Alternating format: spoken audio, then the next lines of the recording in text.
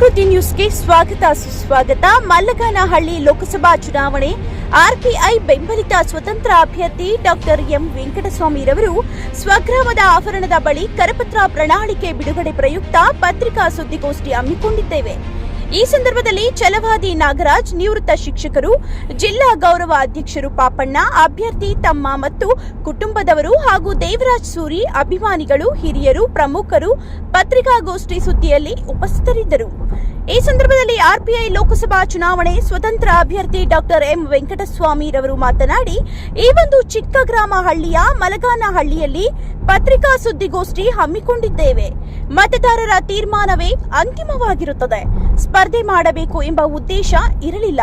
ದೇಶದ ರಾಜಕೀಯ ಬೆಳವಣಿಗೆ ಇಡೀ ಮತದಾರರಿಗೆ ಗೊತ್ತಿದೆ. ಆದ ಕಾರಣ ನಮ್ಮ ಪಕ್ಷದ ಆರ್ಪಿಐ ಕಾರ್ಯಕರ್ತ ಕೊನೆಯ ದಿನ ನಿಮ್ಮಂತವರು ಕಣದಲ್ಲಿ ಇರಬೇಕು ಎಂಬ ಉದ್ದೇಶದಿಂದ ನಾನು ನಾಮಪತ್ರ ಸಲ್ಲಿಸಿದ್ದೇನೆ. ನಾಮಪತ್ರ ವಾಪಸ್ ತೆಗೆದುಕೊಳ್ಳಲು ವಿವಿಧ ಪಕ್ಷಗಳ ಒತ್ತಾಯ ಮಾಡಿದ್ದಾರೆ. ಆದರೆ ನಾನು ತೆಗೆದುಕೊಳ್ಳಲಿಲ್ಲ. ಎಲ್ಲ ರೀತಿಯ ಆರ್ಪಿಐ ಅಭಿಮಾನಿಗಳು ಸಹಕರಿಸಿದ್ದಾರೆ. ಎಲ್ಲ ಅಭ್ಯರ್ಥಿಗಳ ಪೈಕಿ ಎಲ್ಲ ಭಾಷೆಗಳು ಹೊಂದಿರುವ ಮಾತನಾಡಲು ಶಕ್ತಿ ನೀಡಿದ ಡಾಕ್ಟರ್ ಬಿಆರ್ ಅಂಬೇಡ್ಕರ್ ಅವರು ನೀಡಿದ್ದಾರೆ. ನಾನು ವಿದ್ಯಾರ್ಥಿಗಳ ಹೋರಾಟಗಾರರಾಗಿ ಮುಂದುವರೆದಿದ್ದೇನೆ. ಈ ದಿನ ಅಭ್ಯರ್ಥಿ ಪ್ರಚಾರದಲ್ಲಿ 3ನೇ ಸ್ಥಾನ ಪಡೆದಿದ್ದೇನೆ. ಯಾವ ಹಳ್ಳಿ ಕಡೆ ಹೋದರೂ ಸ್ವಾಗತ ನೀಡುತ್ತಿದ್ದಾರೆ. ನನ್ನ ಮೊದಲ ಪ್ರಚಾರ ಮಾಡಿದ್ದು ಯಲ್ಲೂರು ಗ್ರಾಮದಿಂದ ಸ್ವಾಗತ ಕೋರಿದರು ಹಾಗೂ ಎಲ್ಲ ಗ್ರಾಮಗಳ ಕಡೆಯೂ ಜನಸಾಮಾನ್ಯರ ಸ್ವಾಗತ ಕೋರುತ್ತಿದ್ದಾರೆ. ಕರಪತ್ರದಲ್ಲಿ ಅಭ್ಯರ್ಥಿಯ 14 ಅಂಶಗಳು ಪ್ರಣಾಳಿಕೆ ಈ ದಿನ ತಮ್ಮ ಪತ್ರಿಕಾ ಸುದ್ದಿಗೋಷ್ಠಿಯಲ್ಲಿ ತಿಳಿಸುತ್ತೇನೆ. ತಮ್ಮ ಜಿಲ್ಲೆಯ ಎಲ್ಲಾ ರೀತಿಯ ಅಭಿವೃದ್ಧಿಯ ಬಗ್ಗೆ ಕರಪತ್ರ ಪ್ರಣಾಳಿಕೆ ಅಂಶಗಳು ತಿಳಿಸಿರುತ್ತೇನೆ. ಪ್ರಮುಖವಾದ ಕೋಲಾರ ಜಿಲ್ಲೆಗೆ ಜನಸಾಮಾನ್ಯರಿಗೆ ಅಗತ್ಯವಾದ ಅಂಶಗಳ ಬಗ್ಗೆ ಅರಿವು ಮೂಡಿಸಿದ್ದೇನೆ ಹಾಗೂ ಮಾದರಿ ಕ್ಷೇತ್ರ ಮಾಡುತ್ತೇನೆ. ನನಗೆ ಯಾವುದೇ ಸ್ವಾರ್ಥ ಇಲ್ಲ. ನಮ್ಮ ತಂದೆಯ ಸಾಹಸದಿಂದ ನನ್ನ ವಿದ್ಯಾಭ್ಯಾಸ ಸಾಧನೆ ಮಾಡಿರುವುದು ಸತ್ಯ. ನಿಮ್ಮೆಲ್ಲರ ಸಹಕಾರವೇ ನಾನು ಸದಾ ಸೇವೆ ಮಾಡುತ್ತೇನೆ ಎಂಬುದಾಗಿ ಸಂದರ್ಭದಲ್ಲಿ ವ್ಯಕ್ತಪಡಿಸಿದರು. ಕೂಡ ಮನಗಂಡು ಅದರ ಬದಲಿಗೆ ಕಾವೇರಿ ನಮಗೆ 50-60 ಕಿಲೋಮೀಟರ್ ದೂರದಲ್ಲಿದೆ. ಅದನ್ನ ತರ್ತಕ್ಕಂಥದ್ದು ಒಂದು ಎಂಪಿಗೆ ಬಹಳ ದೊಡ್ಡ ಕೆಲಸ ಅಲ್ಲ. ಆಡಳಿತಾರೂಢ ಬಿಜೆಪಿ ಸರ್ಕಾರದಲ್ಲಿ ಕಾವೇರಿ ನೀರು ಕೋಲಾರಕ್ಕೂ ಬರಬೇಕು ಅನ್ನೋದು ನನ್ನ ದೊಡ್ಡ ಹೋರಾಟ. ಅದಲ್ಲದೆ ಕೆರೆಗಳು, ನಮಗೆ ಪೂರ್ವಕಾಲದಿಂದಲೂ ಕೆರೆಗಳೇ ನಮಗೆ ಜಲಸಂವರ್ಧನೆಯ ಕೇಂದ್ರಗಳು. ಅದಕ್ಕಾಗಿ ಸುಮ್ಮನೆ ಎಲ್ಲೋ ಒಂದು ಕಡೆ ಮೊನ್ನೆ ಮುನಿಸ್ವಾಮಿ ಆ ಕೋಲಾರ ಕೆರೆಯಲ್ಲಿ ಏನೋ ಮಾಡ್ತೀನಿ ಅಂತ ಹೋಗಿ ಒಂದು ಸಣ್ಣ ಹೊಂಡ, ಕೃಷಿ ಹೊಂಡ ಮಾಡಿ ದೊಡ್ಡ ಕೆಟ್ಟ ಹೆಸರು ತಂದ್ಕೊಂಡ. ಅಧಿಕಾರಿಗಳೇ ಅದಕ್ಕೆ ಚೀಮಾರಿ ಹಾಕಿದ್ದಾರೆ. ಕೇಂದ್ರ ಸಚಿವರೇ ಬಂದು ಚೀಮಾರಿ ಹಾಕಿರ್ತಕ್ಕಂಥ ಒಂದು ವಿಷಯ ಇದೆ. ಈಗ ಗೊತ್ತಾಗ್ತಲ್ಲ ಕಾಂಗ್ರೆಸ್ ಪಕ್ಷ ಆವತ್ತಿಂದ ಇಂದಿರಾ ಗಾಂಧಿ ಇದ್ರು, ನಮ್ಮಮ್ಮ ನಮ್ಮಪ್ಪ ನಮ್ಮ ತಾತ ಅನ್ಕೊಂಡು ಆವತ್ತಿಂದ ಕೈಯಲ್ಲಿ ಅನ್ಕೊಂಡ ಇದ್ರು. ಈಗ ಯುವಕರು ಹಂಗಿಲ್ಲ. ಈಗೆಲ್ಲ ನಾವು ಎಲ್ಲ ಒಂದು ತೀರ್ಮಾನ ತಿಳ್ಕೊಂಡ್ಬಿಟ್ಟಿದ್ರಿ. ಬಾಬಾ ಸಾಹೇಬ್ ಅಂಬೇಡ್ಕರ್ ಪಕ್ಷ ಕಟ್ಟಿದಂತ ಪಕ್ಷಕ್ಕೆ ನಾವು ಓಟ್ ಹಾಕ್ತೀರಿ ಅಂತ ಹೇಳ್ಬಿಟ್ಟು ಪ್ರತಿಯೊಂದು ಹಳ್ಳಿ ಕಡೆ ನಾವು ಸುತ್ತಾಡ್ತಾ ಇದ್ನೆ. ರಿಸಲ್ಟ್ ಸಿಗ್ತಾ ಇದೆ. ಮಾತಾಡ್ತಾ ಇದ್ರೆ ನಮ್ಗೆ ಯಾರಂತ ಹುಲಿಲ್ಲಪ್ಪ ಅಂತ ಹೇಳ್ಬಿಟ್ಟು ಡಾಕ್ಟರ್ ಎಂ ವೆಂಕಟಸ್ವಾಮಿ ಅವರು ಹುಲಿ ಅಂತ ಹೇಳ್ಬಿಟ್ಟು ಎಲ್ಲಾ ಕಡೆನೂ ಹೇಳ್ತಾ ಇದ್ದಾರೆ. ಆ ತೀರ್ಮಾನ ರಿಸಲ್ಟ್ ಏನಂತ ನಾವು ಹೇಳ್ತೀರಿ. ಇಷ್ಟೊಂದು ಮಾತು ಹೇಳಿ ನಾವು ಮುಗಿಸ್ತೀನಿ. ಮನವರಿಕೆ ಮಾಡ್ಕೊಂಡಿಲ್ಲ ಆ ಕೆಲಸವನ್ನ. ಕೆರೆಗಳಲ್ಲಿ ಜಲ ಸಂವರ್ಧನೆ ಹೇಗೆ ಆಗಬೇಕು, ಅದೇ ನಮಗೆ ಶಾಶ್ವತವಾಗಿರ್ತಕ್ಕಂಥ ನೀರಿನ ಕೇಂದ್ರ, ನೀರಿನ ಜಲ ಸಂವರ್ಧನೆ ಕೇಂದ್ರ. ಅದನ್ನ ನಾನು ಯಾವುದೇ ಕಾರಣಕ್ಕೂ ತಪ್ಪದೆ ಮಾಡತಕ್ಕಂಥ ಸಾಮರ್ಥ್ಯ ನನಗಿದೆ ಅಂತೇಳಿ ನಾನಾದ್ರೂ ಭಾವಿಸಿ ಅದು ಕೂಡ ನನ್ನ ಭರವಸೆಯಾಗಿ ಇವತ್ತು ಮತದಾರರ ಮುಂದೆ ಇಟ್ಟಿದ್ದೀನಿ. ಇನ್ನ 4 ದಿವಸದ ಕಾಲ ಬಹಿರಂಗ ಪ್ರಚಾರ ನಡೀತಾ ಇದೆ. ನಾನು ಆ ಪ್ರಚಾರವನ್ನ ಬಹಳ ಗಂಭೀರವಾಗಿ ಪರಿಗಣಿಸಿ ಬೇರೆ ಪಾರ್ಟಿಗಳಲ್ಲೂ ಇದು ಅಭ್ಯರ್ಥಿಗಳು ನಾನು ಇದುವರೆಗೂ ಒಬ್ಬರನ್ನೂ ನೋಡಿಲ್ಲ. ಎಲ್ಲಿಗೆ ಹೋಗ್ತಾ ಇದ್ದಾರೆ, ಏನ್ ಮಾಡ್ತಾ ಇದ್ದಾರೆ ಅಂತೇಳಿ. ನಿನ್ನೆ ಬಂಗಾರಪೇಟೆಯಲ್ಲಿ ಬಲಗೈ ಜನಾಂಗದ ಒಂದು ಸಮಾವೇಶವನ್ನ ಕಾಂಗ್ರೆಸ್ನವ್ರು ಮಾಡಿದ್ದಾರೆ. ಅಲ್ಲಿ ಬಂದಿದ್ದಂತ ಅವ್ರು ಎಲ್ಲರೂ ಕೂಡ ಯಾವ ನಿರೀಕ್ಷೆಯಿಂದ ಬಂದಿದ್ರು ಗೊತ್ತಿಲ್ಲ. 90% ಅದರಲ್ಲಿ ನನಗೆ ಓಟ್ ಹಾಕ್ತಾರೆ. ನಿನ್ನೆ ಇಲ್ಲಿ ನಮ್ಮ ನಾಗರಾಜ್ ಕೂಡ ಹೋಗಿದ್ರು. 90% ಅಣ್ಣ ನೀವು ಹೋಗ್ರೆ ನಾನು ಇಲ್ಲಿ ಏನೋ ನಡೀತಾ ಇದೆ ಮಾಡ್ಕೊಳ್ಳಿ, ನಿಮಗೆ ಓಟ್ ಅಂತ ಹೇಳ್ಬಿಟ್ಟು ದಿವಸಗಳ ಬೆಳವಣಿಗೆ, ರಾಜಕೀಯ ಬೆಳವಣಿಗೆ ಕಾಂಗ್ರೆಸ್, ಬಿಜೆಪಿ, ಜೆಡಿಎಸ್ ನಡೆಸಿದಂತ ರಾಜಕೀಯ ಗೊಂದಲದ ನಾಟಕ ಇಡೀ ಕ್ಷೇತ್ರದ ಮತದಾರರನ್ನ ಅವಮಾನ ಮಾಡೋ ರೀತಿಯಲ್ಲಿ ಆಯ್ತು.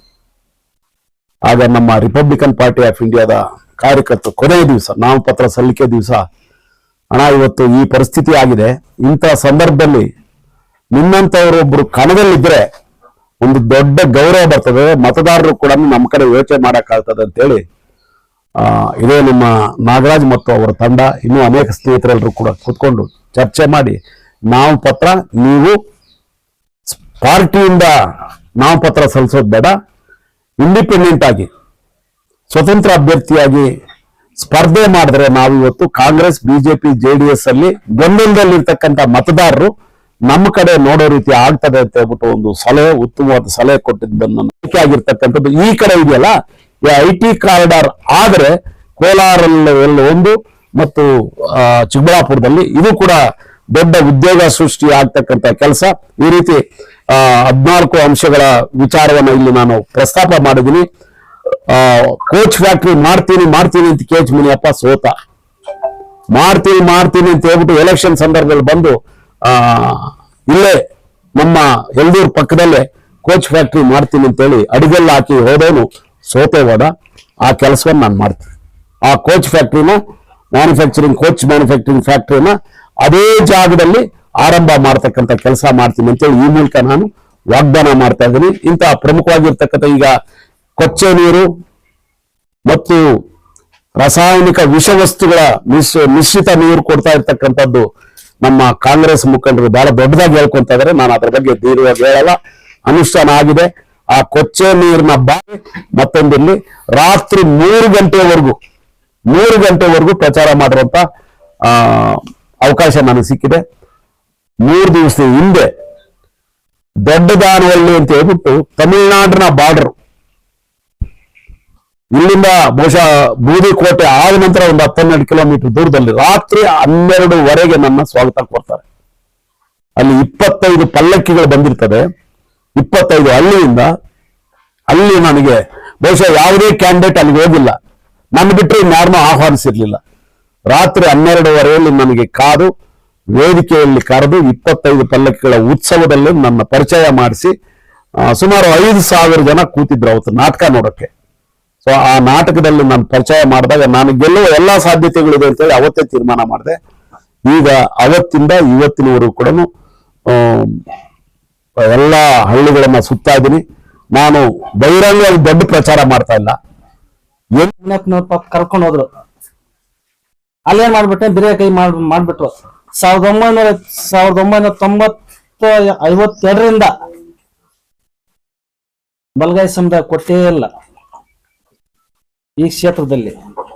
ಈ ನಮ್ಮ ಯುವಕರೆಲ್ಲ ಏನ್ ಮಾಡಿದ್ರು ಅಂದ್ರೆ, ಡಾಕ್ಟರ್ M ವೆಂಕಟಸ್ವಾಮಿ ನಾವು ಆಯ್ಕೆ ಮಾಡಿದಿರಿ, ನಾವು ಗೆಲ್ಲಿಸ್ತೀರಿ, ಮುಂದಿನ ದಿನಗಳಲ್ಲಿ ನಾವು ಗೆಲ್ಲಿಸ್ತೀರಿ, ಈಗಲೂ ಗೆಲ್ಲಿಸ್ತೀರಿ.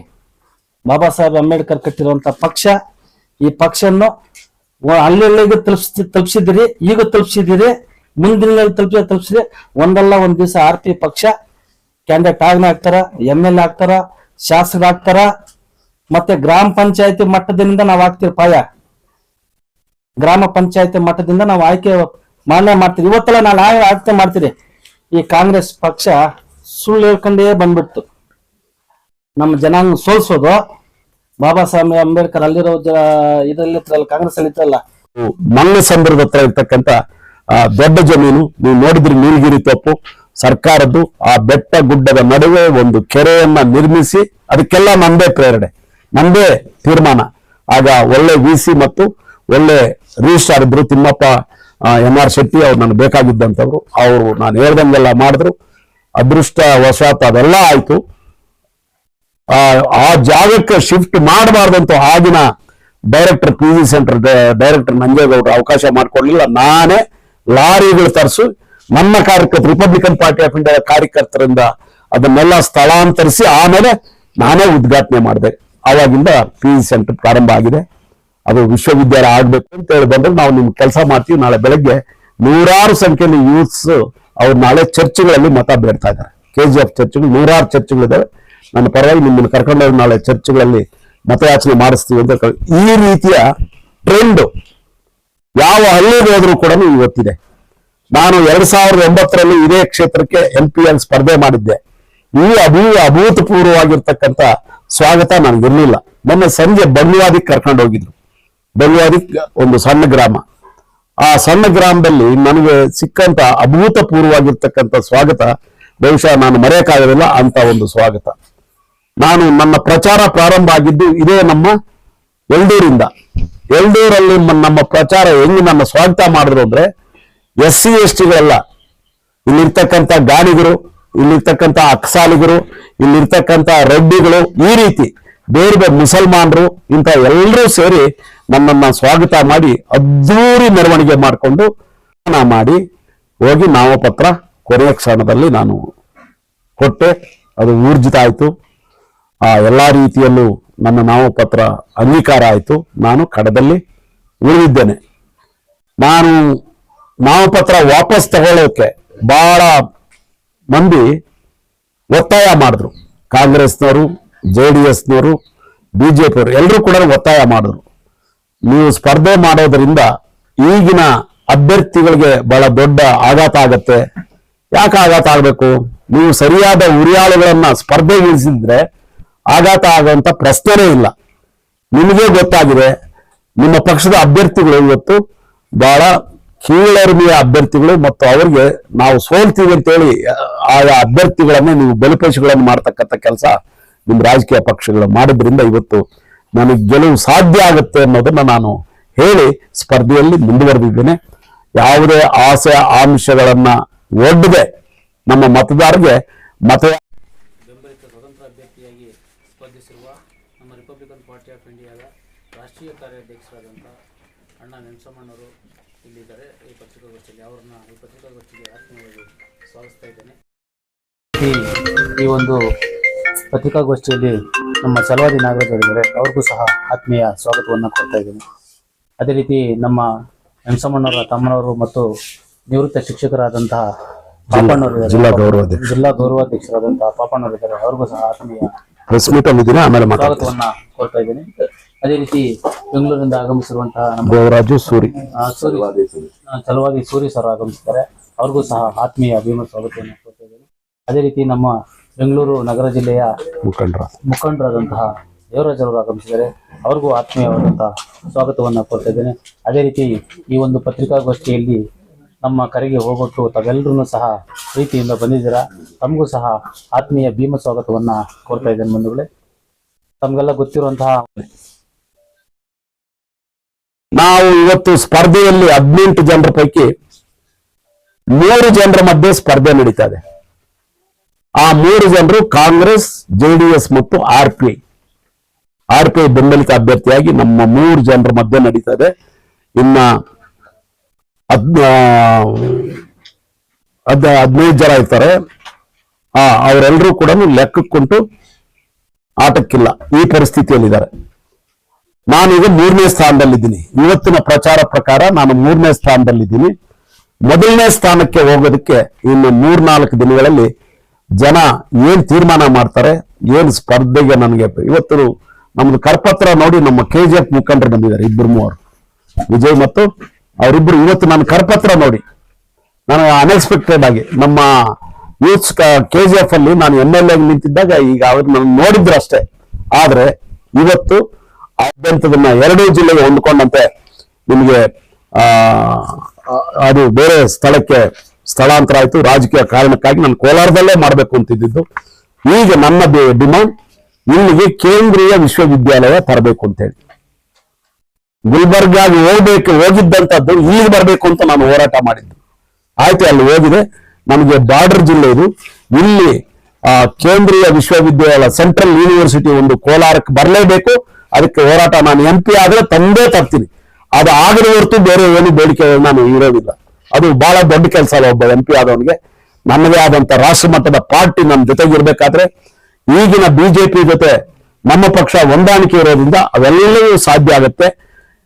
ಇಂಥ ಒಂದು ಬೇಡಿಕೆಯನ್ನ ಉದಾತ್ತವಾಗಿರ್ತಕ್ಕಂಥ ಉನ್ನತ ಕ್ಷೇತ್ರಕ್ಕೆ ಬರ್ತಾ ಇದ್ದಂತೆ 26/4/2024 ನಡೆಯುತ್ತಿರುವಂತಹ ಈ ಲೋಕಸಭಾ ಚುನಾವಣೆ ಏನಿದೆ, ಈ ಲೋಕಸಭಾ ಚುನಾವಣೆಯಲ್ಲಿ ಈ ಜಿಲ್ಲೆಯಲ್ಲಿ ನಡೆದಂತಹ ಜಾತಿ ಲೆಕ್ಕಾಚಾರಗಳು, ಒಂದು ಮೀಸಲು ಕ್ಷೇತ್ರದಲ್ಲಿ ಯಾವ ರೀತಿ ಒಂದು ಅಭಿವೃದ್ಧಿಯ ಕೆಲಸಗಳನ್ನ ಮಾಡಬೇಕಾಗಿತ್ತು, ಆ ಹಂತಕ್ಕೆ ಅಭಿವೃದ್ಧಿ ಕೆಲಸಗಳು ಸಾಧ್ಯ ಆಗದೇ ಇರುವಂಥದ್ದನ್ನು ಮನಗಂಡು ಪ್ರತಿ ಬಾರಿನೂ ಸಹ ಈ ಜಿಲ್ಲೆಯ ಜನತೆಗೆ ಅಣ್ಣ ವೆಂಕಟಸ್ವಾಮಣ್ಣವರು ತಮ್ಮದೇ ಆದಂಥ ರೀತಿ ಸೇವೆ ಸಲ್ಲಿಸುತ್ತಾ, ಅದೇ ರೀತಿ ಅವರ ತಮ್ಮ ನಾಯಕತ್ವವನ್ನು ಈ ಜಿಲ್ಲೆಯನ್ನು ಪ್ರತಿನಿಧಿಸಿ ತಾವು ನಾಯಕತ್ವವನ್ನು ಮಾಡಬೇಕು, ಕೋಲಾರ ಜಿಲ್ಲೆಯನ್ನ ಇಡೀ ದೇಶದ ಒಂದು ಮಾದರಿ ಜಿಲ್ಲೆಯನ್ನಾಗಿ ಮಾರ್ಪಡಿಸಬೇಕು. ಇಲ್ಲಿರುವಂತಹ ಕೌಶಲ್ಯಭರಿತ ಜನ ಏನಿದ್ದಾರೆ, ಸಂಯಮ ಮತ್ತು ಸ್ಫೂರ್ತಿಗಳನ್ನು ನೆಲೆಗೊಂಡಿರುವಂತಹ ಕೋಲಾರ ಜಿಲ್ಲೆ ಜನತೆ ಏನಿದ್ದಾರೆ, ಅಂತಹ ಜನತೆಗೆ ಹೊಸದೊಂದು ಅಭಿವೃದ್ಧಿಯ ದಿಕ್ಕನ್ನು ತೋರಬೇಕು ಅಂತ ಅವರು ಸಾಕಷ್ಟು ಪ್ರಯತ್ನ ಮಾಡ್ತಾ ಬಂದಿದ್ದಾರೆ. ಅದರಲ್ಲಿ ಅತಿ ಮುಖ್ಯವಾಗಿ ಈ ಬಾರಿ ಅವರು ಈ ಚುನಾವಣೆಯಲ್ಲಿ ಸ್ಪರ್ಧಿಸಿ ಏನಾದರೂ ಮಾಡಿ ಈ ಜಿಲ್ಲೆಗೆ ಒಂದು ಸಾಮಾಜಿಕ ನ್ಯಾಯವನ್ನ ಮತ್ತು ಅಭಿವೃದ್ಧಿಯ ಸಂಕೇತವನ್ನ ಮಾಡಲೇಬೇಕು ಅನ್ನುವಂಥ ಒಂದು ಉದ್ದೇಶ ಪಾರ್ಟಿ ಆಫ್ ಇಂಡಿಯಾದ ಕಾರ್ಯಕರ್ತರು ನೂರಾರು ಸಂಖ್ಯೆಯಲ್ಲಿ ಇವತ್ತು ಪ್ರಚಾರ ಮಾಡ್ತಾ ಇದ್ದಾರೆ. ಏನು ಒಂದು ಉಪಜಾತಿ ರಾಜಕಾರಣವನ್ನ ಬಹಿರಂಗವಾಗಿ ಚರ್ಚೆ ಮಾಡಿದ್ರು, ಒಂದು ಜನಾಂಗವನ್ನ ಅವಮಾನ ಮಾಡಿದ್ರು, ಅತಿ ದೊಡ್ಡ ಸಂಖ್ಯೆಯಲ್ಲಿರ್ತಕ್ಕಂಥ ಜನಾಂಗವನ್ನ ಅವಮಾನ ಮಾಡಿದ್ರು. ಆ ಅವಮಾನಕ್ಕೆ ಸೇಡು ತೀರಿಸ್ಕೊಳ್ಳೋದಕ್ಕೆ ಇವತ್ತು ಯುವಕರು ಪ್ರತಿ ಹಳ್ಳಿಯಲ್ಲೂ ಸಿದ್ಧರಾಗಿದ್ದಾರೆ ಅನ್ನೋದು ನನಗೆ ಬಂದಿರತಕ್ಕಂಥ ಒಂದು ಮಾಹಿತಿ. ಆ ಮಾಹಿತಿಯನ್ನ ಆಧರಿಸಿ ನಾನು ಇವತ್ತು ಮಾತಾಡ್ತಾ ಇರ್ತಕ್ಕಂಥ ವಿಷಯ, ಒಂದು 4 ನಾನು ಸೀನಿಯರ್ ಇದ್ದೇನೆ. 18 ಅಭ್ಯರ್ಥಿಗಳ ಪೈಕಿ 4 ವಿಷಯಗಳಲ್ಲಿ ನಾನು ಪ್ರಮುಖವಾದಂತ ಸೀನಿಯರ್ ಇದ್ದೀನಿ. ಒಂದನೇದು ವಯಸ್ಸಲ್ಲಿ 70 ವರ್ಷ, 18 ಅಭ್ಯರ್ಥಿಗಳಲ್ಲಿ ನಂಬರ್ 1 ಅಲ್ಲಿ ಇದ್ದೀನಿ. ಎರಡನೇದು ಓದಿನಲ್ಲಿ ನಾನು MA PhD ಇದ್ದೀನಿ. ಬಹುಶಃ ಆ ಪಟ್ಟಿಯಲ್ಲಿ ಯಾರಿದ್ರೆ ಮೊದಲನೇದಾಗಿ ಈ ತುರ್ತು ಪತ್ರಿಕಾಗೋಷ್ಠಿ ಏರ್ಪಡಿಸಿ ಅದಕ್ಕೆ ತಾವು ಆಗಮಿಸಿದಿರಲ್ಲ, ಬಹಳ ದೊಡ್ಡ ಮನಸ್ಸು ಮಾಡಿದಿರಿ. ಚುನಾವಣೆ ಅಂತ ಹೇಳಿದ್ರೆ ಇಂಥದೇ ಎಲ್ಲವೂ ನಡೀತದೆ, ಎಲ್ಲವೂ ತುರ್ತಾಗಿ ನಡೀತದೆ. ಅಂತಿಮವಾಗಿ ಮತದಾರರು ಏನ್ ತೀರ್ಮಾನ ತಗೋಬೇಕು ಅನ್ನೋದನ್ನ ಅಂತಿಮವಾಗಿ ತೀರ್ಮಾನ ಮಾಡೋದು ತಾವು ಕೊಡ್ತಕ್ಕಂಥ ಮಾರ್ಗದರ್ಶನದಲ್ಲಿ ಅಂತ ಹೇಳಿ ಮೊಟ್ಟ ಮೊದಲನೇದಾಗಿ ತಮಗೆ ನಾನು ಈ ನಮ್ಮ ಹಳ್ಳಿಯ ಒಂದು ಕುಗ್ರಾಮ ಮಲಗಾನಹಳ್ಳಿ, ಈ ಕುಗ್ರಾಮದಲ್ಲಿ ನಡೀತಾ ಇರ್ತಕ್ಕಂಥ ಪತ್ರಿಕಾಗೋಷ್ಠಿಗೆ ತಮ್ಮನ್ನೆಲ್ಲೂ ಆತ್ಮೀಯವಾಗಿ ನಾನು ಸ್ವಾಗತ ಮಾಡ್ಕೊಳ್ತೇನೆ. ಇವತ್ತಿನ ಪತ್ರಿಕಾಗೋಷ್ಠಿಯ ವಿಷಯ ಇಂದಿನ ಲೋಕಸಭಾ ಕ್ಷೇತ್ರದ ಸ್ಪರ್ಧೆ. ಇವಾಗಲೇ ನಮ್ಮ ಅಂಬರೀಷ್ ಅವರು ಹೇಳಿದ ಮಾತು, ಹಾಗೇನೆ ನಾಗರಾಜ್ ಅವರು ಹೇಳಿದ ಮಾತು, ನಾನು ಸ್ಪರ್ಧೆ ಮಾಡಬೇಕಂತ ಇರಲಿಲ್ಲ.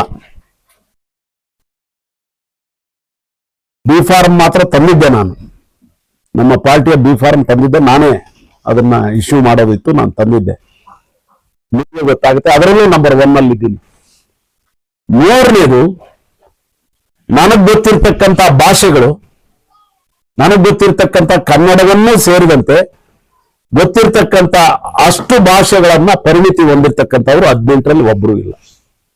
1-2 ಲ್ಯಾಂಗ್ವೇಜ್ ಅಲ್ಲಿ ಇರ್ತಾರೆ. ಆದರೆ ನಾನು 7-8 ಭಾಷೆಯಲ್ಲಿ ದೇಶದ ಯಾವುದೇ ಭಾಗದಲ್ಲೂ ಕೂಡ ಮಾತನಾಡಬಲ್ಲಂತ ಶಕ್ತಿ ಬಾಬಾ ಸಾಹೇಬ್ ಅಂಬೇಡ್ಕರ್ ಅವರು ನನಗೆ ಕೊಟ್ಟಿರೋದ್ರಿಂದ ಆ ವಿಷಯದಲ್ಲೂ ನಾನು ಮುಂದಿದ್ದೇನೆ. 4ನೇ ವಿಷಯ, ಆ 18 ಜನರ ಪಟ್ಟಿಯಲ್ಲಿ ನನಗಿಂತ ಸೀನಿಯರ್ ಆಗಿರ್ತಕ್ಕಂಥ ಹೋರಾಟಗಾರ ಮತ್ತೊಬ್ಬ ಇಲ್ಲ. ನನಗಿಂತ ಸೀನಿಯರ್ ಆಗಿರ್ತಕ್ಕಂಥ ಹೋರಾಟಗಾರ ಮತ್ತೊಬ್ಬ ಇಲ್ಲ. ಕಳೆದ 50 ವರ್ಷಗಳಿಂದ ವಿದ್ಯಾರ್ಥಿ ಕೋಲಾರದಲ್ಲಿ ನಾನು BA ಪ್ರಾರಂಭ ಆದಾಗಿಂದ ವಿದ್ಯಾರ್ಥಿಗಳ ಸಮಸ್ಯೆಗಳ ಹೋರಾಟವನ್ನ ಪ್ರಾರಂಭ ಆದಾಗಿಂದ ಇಂದಿನವರೆಗೂ ಕೂಡ ಹೋರಾಟಗಾರನಾಗೆ ಮುಂದುವರೆದಿದ್ದೀನಿ. ಹೀಗಾಗಿ ಈ ಭರವಸೆ ನಾನು ಇಟ್ಕೊಂಡಿದ್ದೀನಿ. ಈಗ 3ನೇ ಸ್ಥಾನದಲ್ಲಿದ್ದೀನಿ.